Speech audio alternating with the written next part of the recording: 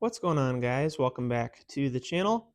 I've got a video on somewhat of a project, but not really. More so a new item to the channel that you have not seen yet on this channel. But I do have quite a bit of footage on this elsewhere, and I'll link that and explain more in a minute. But what I wanted to basically show on this video is the armor or the aftermarket protection that I'm adding to my new dirt bike and kind of show what fits and what doesn't fit. And there'll be more on that on the other channel again, which I'll mention. But wanted to kind of get more into the ins and outs of how I've modified the different parts that I've added so far to the dirt bike and what's up and coming. So this is my 2023 GPX TSE 300R, and we'll start right up here at the top. So one thing I removed is the stock hand guards that come with this bike. They're not great. They're kind of just a hinged design, so there's only an attachment on the inside, and the outside is just able to kind of flop back and forth. Those basically broke right away, so I knew all along I wanted to change those out, and what I went with was the Meyer Woods Pro, and these are two separate pieces from Meyer. Meyer's a US-made company, and what you get is the rigid part of the hand guard itself, and then separately you get what they call the roost deflector. And so I'll show you kind of what went into making these fit. So one thing with the stock GPX handlebars is they're not round at this portion. So they start out round back here at the hand grip, round all the way to about the bend here, and then it kind of becomes elongated and larger in diameter down here where they clamp to the triple clamps. And so what you have to do is take a Dremel. This is, I think it's aluminum, and you take a Dremel and kind of open up these clamps that come with the Woods Pro handguards and just shape them and contour them in order to fit that portion of the handlebar. So that's one modification I had to make. I think other than that, everything fit. You do have to trim the end of the grip and open up the hole.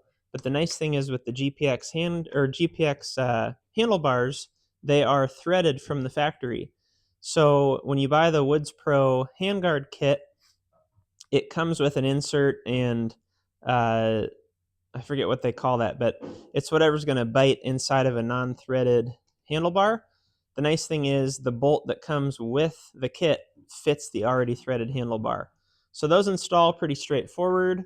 You've got to swing your master cylinders up just slightly so that your lines fit through this portion of the brace. That looks pretty good. And then secondly, I went with the full coverage, I think is what it's called, roost deflector, and that is specifically designed to fit the Woods Pro. Meyer's website is really good, and it explains what parts fit or are compatible with what other parts that they sell. And so there are 3 or 4 handguards that fit the Woods Pro handguard or roost deflector.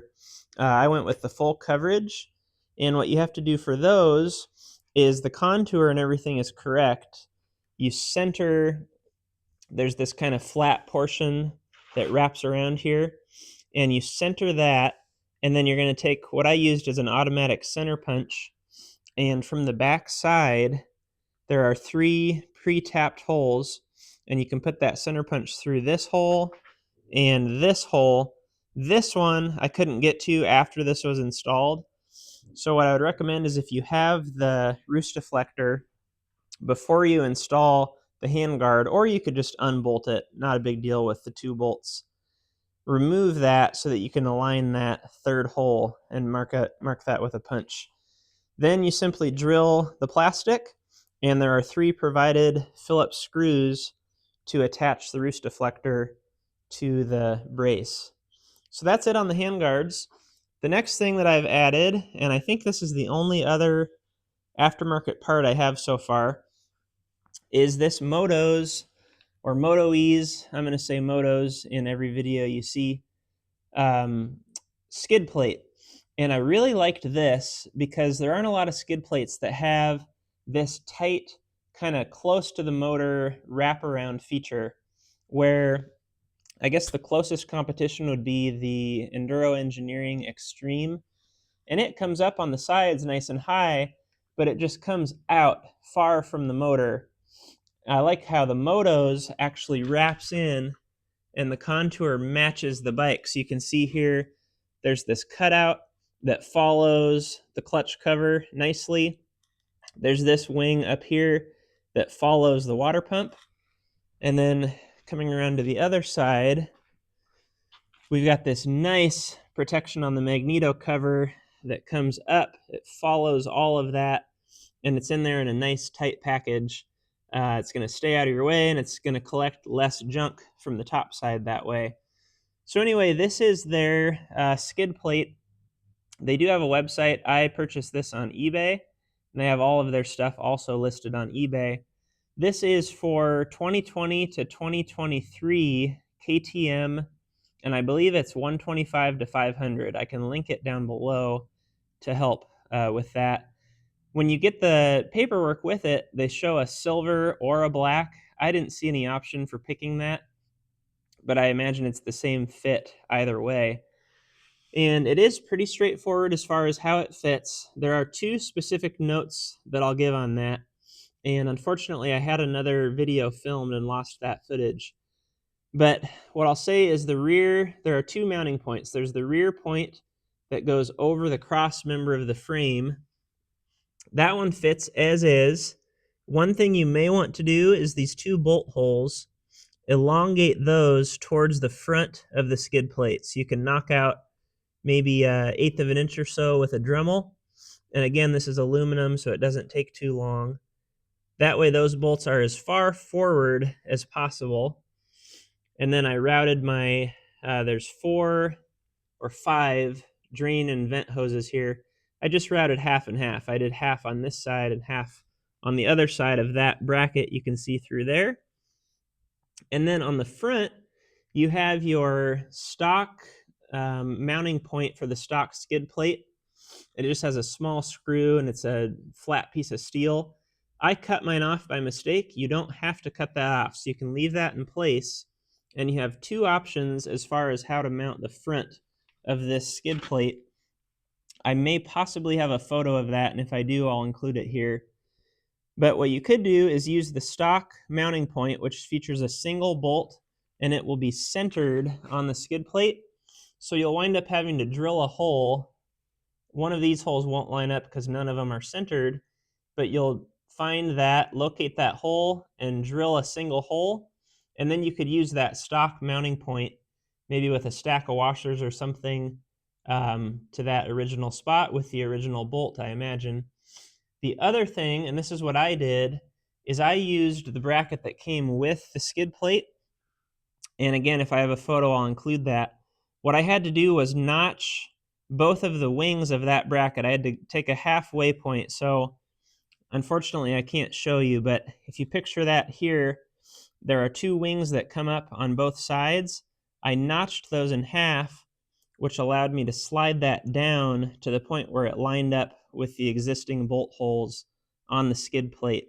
Otherwise, it was running into, there's a section of the frame on both sides that it would run into. So I had to do that, and then I also had to cut it on to the outside edge of one bolt hole and cut out probably eighth of an inch of it to make it narrow enough that it could fit between the frame rails. And if you have it in your hand, you'll know what I'm talking about. It's too wide as is. It won't fit up here inside of the frame rails. But if you cut it and shorten it, or it's possible that you could grind enough of the outside edges away to narrow it up and make it fit, I think that's about all you'd have to do. And so basically the purpose of this video, since I lost the footage, is to let you know that it does work. Unfortunately, I can't show how it fit because I lost all that, but I can show you the overall plate that it fits very well. So if you're on the fence about which skid plate to go with for the GPX, the 2020 to 2023 KTM EXC, I think is what it was, and I'll include that specifically. That one does fit, I can confirm. So Anyway, if you like this dirt bike style footage and want to see more, we've got videos riding and a lot more of the fun side of things that you can check out on our other channel. And I'll go ahead and include that and link that down below and hope to see you over there. So thanks a lot for watching. Make sure to like and subscribe to both channels as always, and I'll see you on the next video.